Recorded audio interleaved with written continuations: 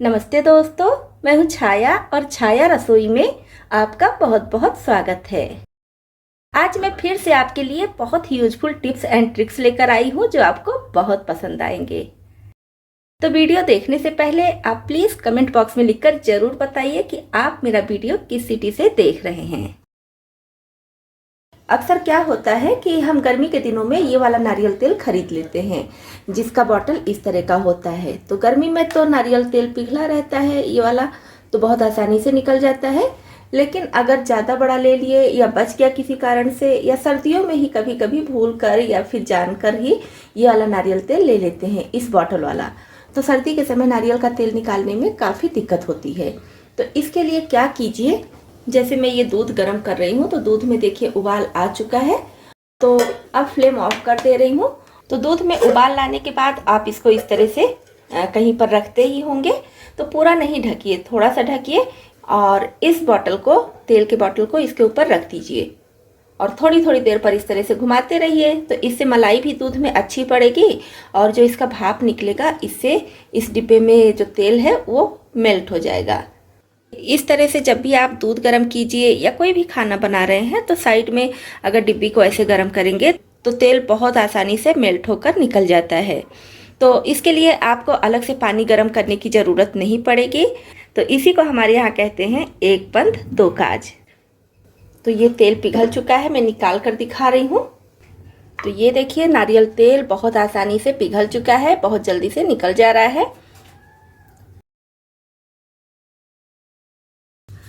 हमारी next tip है इस तरह के टूथपिक के खाली डिब्बे को लेकर। जब ये डिब्बा खाली हो जाता है तो हम इसको फेंक देते हैं, लेकिन इसका बहुत अच्छा यूज कर सकते हैं, कई चीज़ों में इसका यूज कर सकते हैं।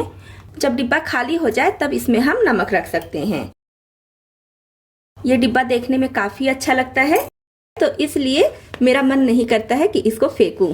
तो मैं इसमें नमक, पिसी हुई काली मिर्च, पिसा हुआ जीरा या फिर भुना हुआ जीरा पाउडर इसी तरह से स्टोर करके रखती हूँ। इस डिब्बे को कभी नहीं फेंकती हूँ। तो मैंने सोचा कि आपको भी बता दूं ये टिप। ये देखिए इस तरह से किचन में काम आने वाले कोई भी मसाले आप इसमें रख सकते हैं और ये ट्रांसपेरेंट होता है तो सारे मसाले भी आपको दिख जाएंगे कि किस डिब्बी में कौन सा मसाला है। और अगर आप इसमें मसाले नहीं रखना चाहते हैं तो फिर तरह तरह के बटन हम सभी के घरों में होते हैं, तो इसको रख सकते हैं। या ऐसी घर में बहुत सारी छोटी छोटी चीज़ें होती हैं जिसका यूज रोज नहीं पड़ता है, कभी कभार पड़ता है, तो इस तरह से आप इसको स्टोर करके रख सकते हैं। ये देखने में भी अच्छा लगता है और एक जगह सारी चीज़ें इकट्ठा रहती हैं। ट्रांसपेरेंट होने की वजह से आपको बटन भी बहुत आसानी से दिख जाएंगे। नेक्स्ट टिप है हमारी गैस चूल्हे को लेकर। गैस चूल्हे का यूज हम सभी के घरों में होता है और गैस चूल्हे पे खाना बनाते बनाते ये काफी गंदा हो जाता है। खासकर यहाँ का जो ट्रे होता है, ये ट्रे काफी काला पड़ जाता है। कभी दूध गिरता है, कभी चाय गिरती है, या ऐसे ही नॉर्मल हम खाना बनाते हैं तो भी समय समय पर इसको साफ करने की जरूरत पड़ती है। तो वैसे अगर हम इसको साफ करेंगे तो काफी मेहनत लगता है। इसके लिए क्या करेंगे, पुराने ब्रश में लेंगे थोड़ा सा टूथपेस्ट, कोई भी टूथपेस्ट आप ले लीजिए जो घर में यूज करते हैं, और टूथपेस्ट को इसके ऊपर अच्छे से इस तरह से लगा दीजिए ब्रश से। जरूरत लगे तो थोड़ा सा पानी भी डाल दीजिए जिससे टूथपेस्ट आसानी से लग जाए और 5 मिनट के लिए छोड़ दीजिए। 5 मिनट के बाद अब फिर से इसको ब्रश से इस तरह से रगड़ते हुए साफ कर लीजिए। तो बाकी के 2 चूल्हे तो मैं साफ कर ली हूँ, ये वाला आपको दिखाने के लिए रखी हूँ। तो मुझे वीडियो बनाना था इसलिए मैं इसको नहीं साफ की। तो इस तरह से ब्रश से ही इसको रगड़ते हुए अच्छे से साफ कर लेंगे। और अगर आपका ये प्लेट काफी ज्यादा गंदा है, काफी ज्यादा दिनों से आप साफ नहीं किए हैं, तो जब खाना बनाइए तो तुरंत ही इसको साफ कीजिए। मतलब कि थोड़ा सा ये गर्म रहे, पूरी तरह से ठंडा ना हो, हल्का हल्का ये प्लेट गर्म रहे, तभी आप इसमें इस तरह से पेस्ट लगाकर ब्रश से साफ कर दीजिए। और उसके बाद हल्के गीले कपड़े से पोंछ लीजिए, आपका गैस चूल्हा एकदम चमक जाएगा। और इसके साथ में ये जो ब्लैक वाला रिंग होता है ये भी काफी गंदा हो जाता है। ब्लैक होने की वजह से दिखता नहीं है लेकिन गंदगी काफी रहती है, जब आप ध्यान से देखेंगे तो सारी गंदगी दिखेगी। तो इसको भी आप इसी ब्रश से इसी तरह से पेस्ट लगाकर साफ कर सकते हैं। तो गैस चूल्हा एकदम चमक जाएगा। कुछ कुछ दिनों पे आप इस तरह से थोड़ा सा पेस्ट लगाकर गैस चूल्हे को साफ कर लीजिए, तो आपका चूल्हा बिल्कुल भी गंदा नहीं होगा। अभी मेथी का सीजन है, तो मार्केट में ताजी मेथी खूब आ रही है। तो मेथी को पहले अच्छी तरह से साफ कर लीजिए। ज्यादा हार्ड वाली डंडी हटा दीजिए, सॉफ्ट वाली को रख लीजिए और इसको अच्छे से धुलकर सारा पानी सुखा लीजिए। अब बिल्कुल महीन महीन इसको चॉप कर लीजिए। अब रूम में ही कोई कपड़ा बिछाकर ये मेथी इस पर फैला दीजिए। थोड़ा पतला फैलाइए जिससे अच्छे से सूख जाए और जल्दी सूखे।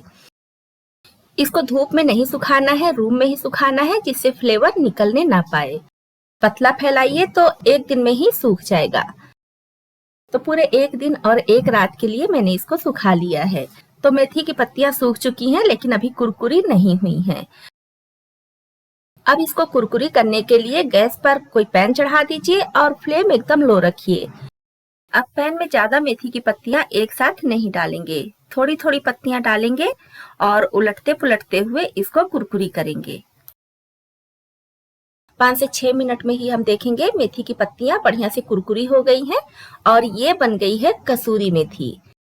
इसको आप स्टोर करके पूरे साल के लिए रख सकते हैं और अपनी मनचाही रेसिपी में इसका यूज कर सकते हैं।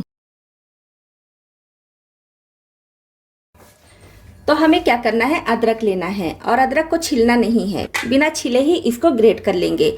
और यहाँ पर मीडियम साइज वाला ग्रेटर लेंगे और अदरक को पहले अच्छे से धुल लेंगे और फिर ग्रेट करेंगे। तो ये देखिए, जब मीडियम साइज के ग्रेटर से इसको ग्रेट करेंगे तो इस तरह से लच्छा तैयार होगा। तो ये लच्छा देखने में ज्यादा अच्छा लगता है। अब इस तरह से ग्रेट करने के बाद इसको आप धूप में सुखा लीजिए 1 से 2 घंटे के लिए।